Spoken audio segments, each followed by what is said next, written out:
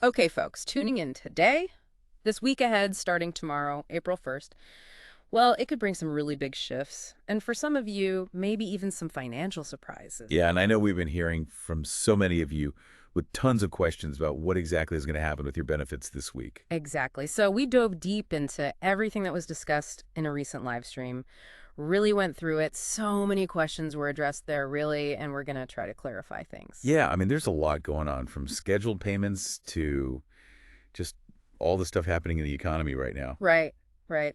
And it's all kind of converging this week. So our mission here is to cut through all the confusion, give you a clear picture of what this week's going to look like for your benefit payments. And what's happening in the bigger economic picture, too. Got to keep that in mind. For sure, for sure. So you can navigate the week ahead confidently. Exactly, knowing what's what. All right, so let's jump right in, right? Tomorrow's April 1st. For a lot of you, that means your SSI payment should be coming in. We've gotten a lot of questions about this. Will it arrive on time? Should we be worried? Okay, so if you're an SSI beneficiary, listen up.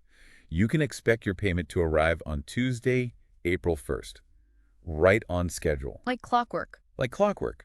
April 1st is neither a weekend nor a federal holiday. Thank goodness for that. Right. So everything should go through as usual. The standard processing and delivery timelines are all in place. So no need to panic, no need to call anybody. Nope.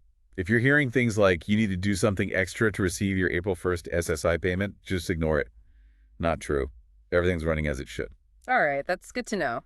Puts a lot of minds at ease, I'm sure. Okay, now on to Wednesday, April 2nd. This day has been, well, some people are calling it Liberation Day, which sounds kind of intense. What's Yeah. happening on April 2nd that has everyone so buzzed? Liberation Day. I know, right?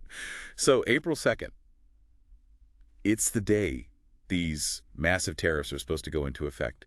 Remember the president talking about them in that joint session of Congress? Yeah. That was, what, about a month ago, maybe? Something like that, yeah. And he laid it all out pretty clearly, that these tariffs were coming. And, well, April 2nd is the day. Okay, so the expectation is that these tariffs are really happening. As of right now, yes. Okay. But here's where it gets interesting, right? The person we were listening to during the live stream, they said something pretty intriguing. Yeah, they suggested that these tariffs might only be temporary, like they might get suspended pretty quickly or have a lot of exemptions added. Oh, interesting. Like a starting point for negotiation kind of thing. Maybe, yeah. It's hard to say for sure. It's kind of a strategic move.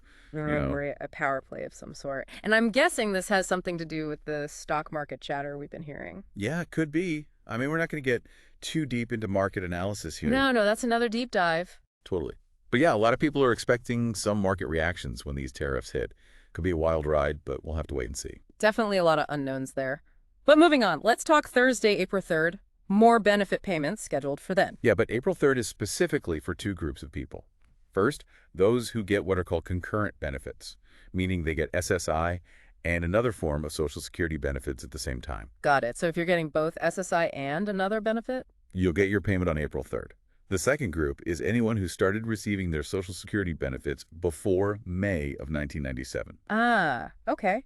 So two very specific groups of people. And just like with the SSI payments on April 1st, there's no reason to think anything will be different this time around, right? Right. No disruptions, no delays, no cancellations, no reductions. Music to my ears. And once again, no action required from you. Just keep an eye on your account. The money should be there. Perfect. Now, remember that whole thing with the Social Security Administration? The changes they were going to make with direct deposit and the requirement to visit the local office. Yeah, that was a big one. So they were originally going to implement those changes today, March 31st. Right. It was supposed to be today. But guess what? They pushed it back. They pushed it back by 2 weeks. That's a relief. A lot of people were really worried about those changes. I know, me too. But it sounds like the SSA was actually listening to what people were saying. Like they actually paid attention to the concerns raised by the community and all these different advocacy groups. Okay. Honestly, that's really good to hear. So what does this mean for people who are already getting benefits? Do they need to worry about anything? If you're currently receiving benefits, no need to worry.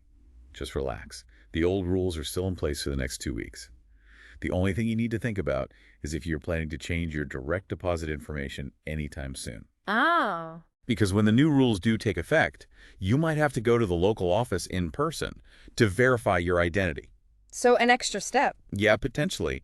But there's a chance you might be able to do it all online through your My Social Security account. That's right, my Social Security. And the guy in the live stream was really pushing for everyone to get on that. Yeah, he said it's probably going to become super important in the future. Like it'll be the main way to deal with the SSA. Makes sense. Get ahead of the curve. Yeah. Exactly.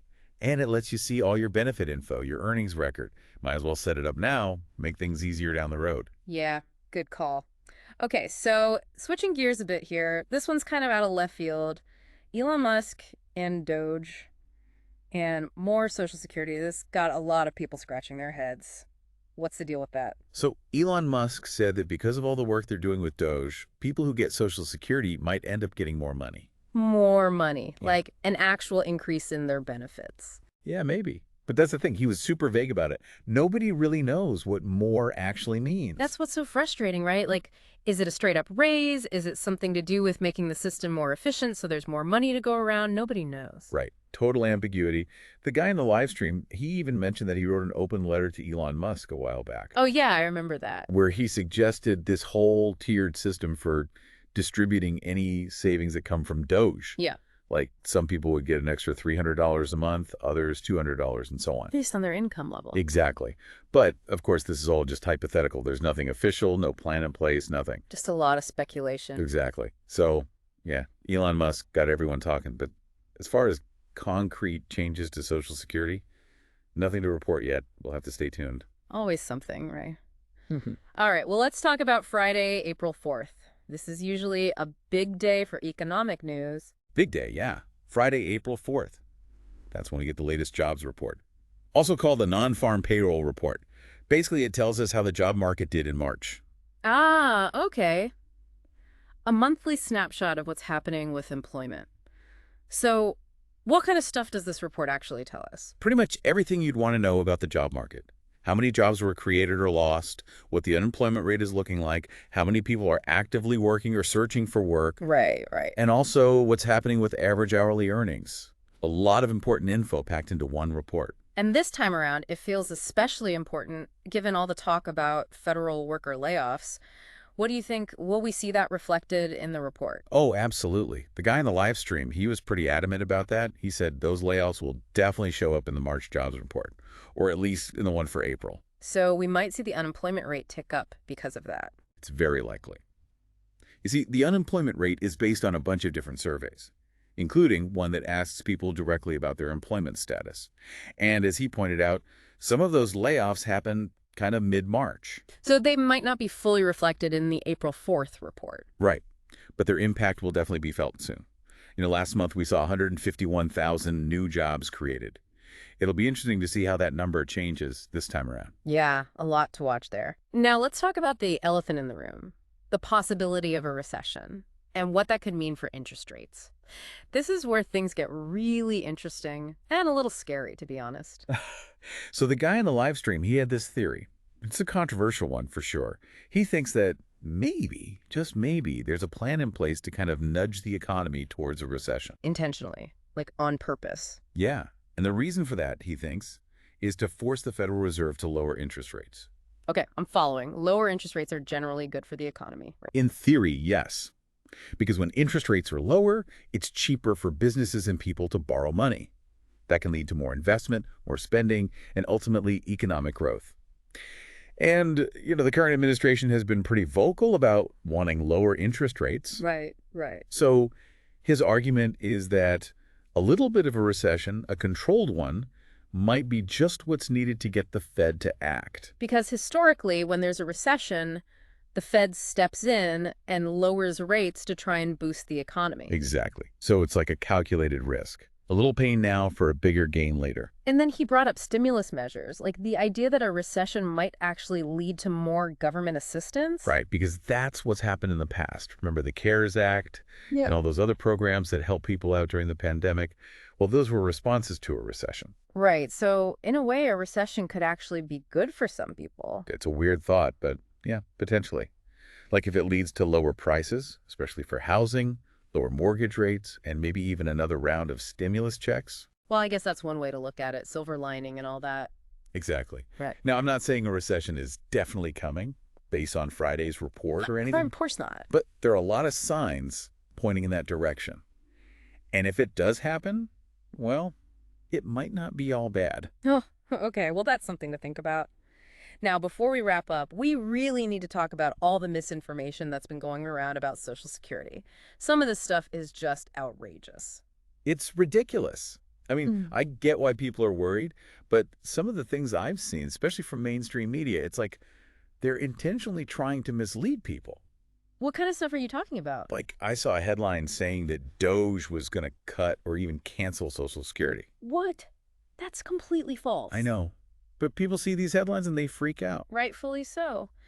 But for the record, our monthly benefits are safe. Yeah.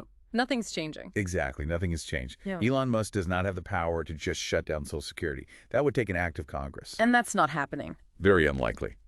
So, everyone, please relax. Your benefits are safe.